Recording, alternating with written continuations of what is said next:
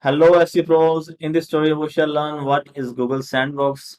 Google Sandbox is basically the first Google algorithmic penalty that you face when you create a new website. Google Sandbox is commonly believed filter that is used by Google to prevent new websites from ranking high in Google search engine result page, also called the SERP. It's believed that Google uses this filter to put some restrictions on rankings for new websites. The main idea behind it is that new websites may not be as relevant as the old ones. Moreover, most of them even be a spam.